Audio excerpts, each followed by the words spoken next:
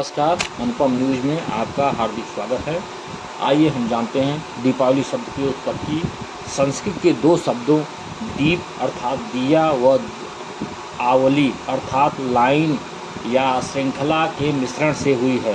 कुछ लोग दीपावली तो कुछ लोग दीपावली, कुछ लोग दिवाली, यही लोग दिवाली का भी प्रयोग करते हैं। यहाँ यह जान लेना जरूरी है कि प्रत्येक शुद्ध शब्द का प्रयोग उसके अर्थ पर निर्भर है। शुद्ध शब्द दीपावली है, जो दीप, दीपक और आवली पंक्ति से मिलकर बना है, जिसका अर्थ है दीपों की पंक्ति। दीप से दीपक शब्द की रचना होती है। दिवाली शब्द का प्रयोग भी गलत है, क्योंकि उपर्युक्त शब्द दिवाली है। दिवाली तो इससे भिन्न अर्थ है, जिसे पट्टी को किसी यंत्र से खींचकर खराद सान आदि चलाए जाते हैं, उसे दीवाली कहते हैं। इसका स्थानीय प्रयोग दीवारी और दीपाली भी है। दीपावली का बिगड़ा हुआ रूप दिवाली है, दीवाली नहीं। परंतु विशुद्ध एवं उपर्युक्त शब्द दीपावली है। इसके उत्सव दीपावली बंगाली में, दीपावली असमी, कन्नड़ और मलयालम, तमिल और तेलुगु तथा गुजराती में कहा जाता है। हिंदी में दीवाली नहीं, मराठी में दीवाली, कोंकणी में दीवाली और सिंधी में दियारी और तिहार नेपाली में कहा जाता है। इसका इतिहास जानते हैं। भारत में प्राचीन काल से दीपावली को विक्रम संवत कार्तिक माह में गर्मी की फसल के बाद एक त्यौहार के रूप में दर्शाया गया। पद्म पुराण, स्कंद पुराण में दीपावली का उल्लेख मिलता है। माना जाता है कि ये ग्रंथ पहली सहस्त्राब्दी के दूसरे भाग में किन्हीं केंद्रीय पाठ को विस्तृत करके लिखे गए थे। दीपक को स्कंद पुराण में सूर्य के हिस्से का प्रतिनिधित्व करने वाला माना गया है। सूर्य जो जीवन के लिए प्रकाश और ऊर्जा का लौकिक दाता है और जो हिंदू कैलेंडर अनुसार कार्तिक माह में अपनी स्थिति बदलता है। कुछ क्षेत्रों में हिंदू दीपावली को यम और नचिकेता की कथा के साथ जोड़ते हैं। नचिकेता की कथा, जो सही बनाम गलत, ज्ञान बनाम अज्ञान, सच्चा धन बनाम क्षणिक धन आदि के बारे में बताती है। पहली सहस्त्राब्दी ईसा पूर्व उपनिषद में लिखित है। दीपावली का इतिहास रामायण से भी जुड़ा हुआ है। ऐसा माना जाता है कि श्री रामचंद्र जी ने सीता माता को रावण की कैद से छुड़ाया था तथा उनकी अग्नि परीक्षा के उपरांत 14 वर्ष का वनवास व्यतीत कर अयोध्या वापस लौटे थे। अयोध्या ग्रामवासियों ने श्री रामचंद्र जी, माता सीता तथा अनुज लक्ष्मण के स्वागत हेतु संपूर्ण अयोध्या को दीप से प्रज्वलित कर रोशन किया था। तभी से दीपावली अर्थात दीपों का त्यौहार मनाया जाता है। लेकिन आपको यह जानकर बहुत हैरानी होगी कि अयोध्या में केवल 2 वर्ष ही दीपावली मनाई गई थी।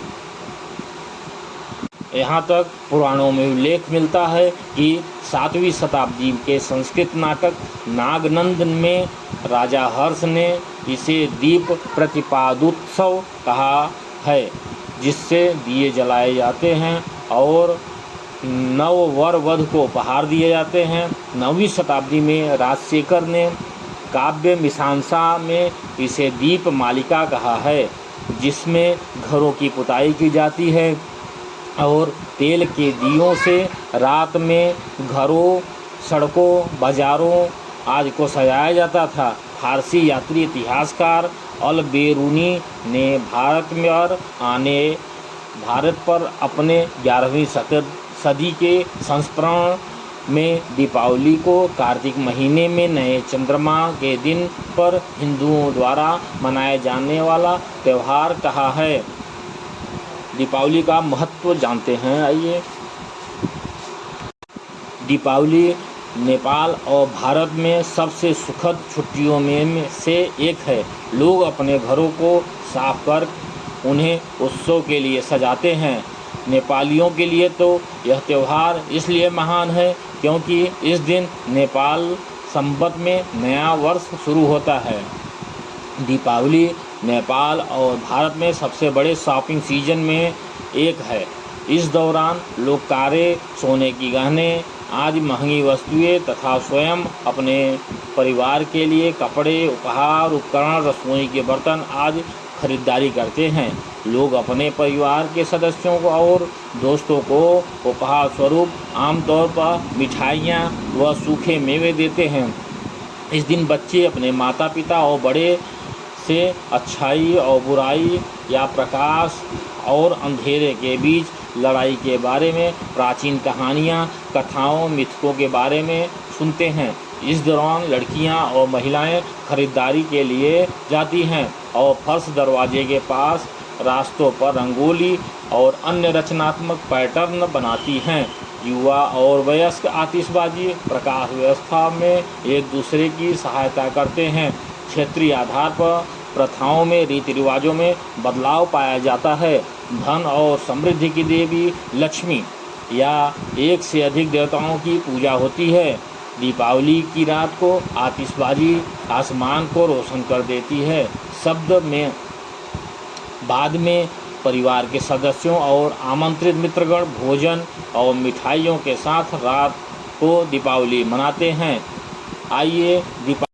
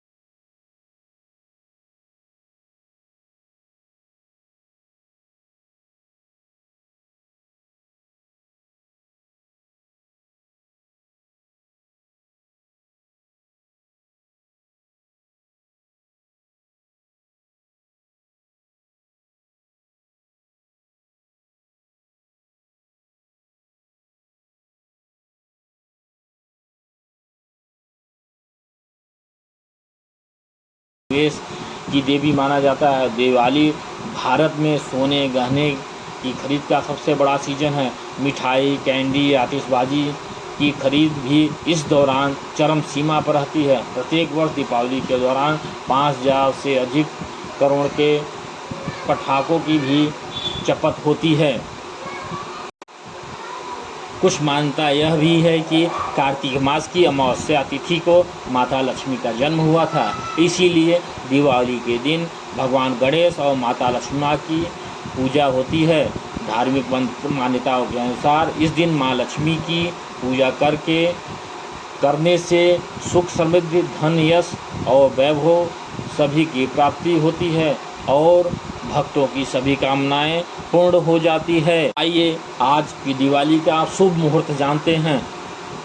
हर साल की भांति कार्तिक मास के कृष्ण पक्ष की अमावस्या तिथि के दिन दीपावली हर्षोल्लास के साथ मनाया जाता है।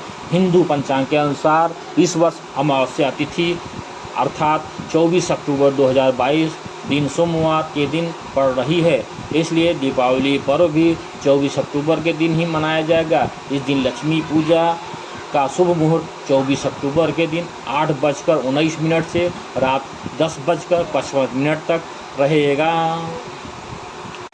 आइए हम लोग जानते हैं कि दीपावली पर माता लक्ष्मी की पूजा क्यों की जाती है।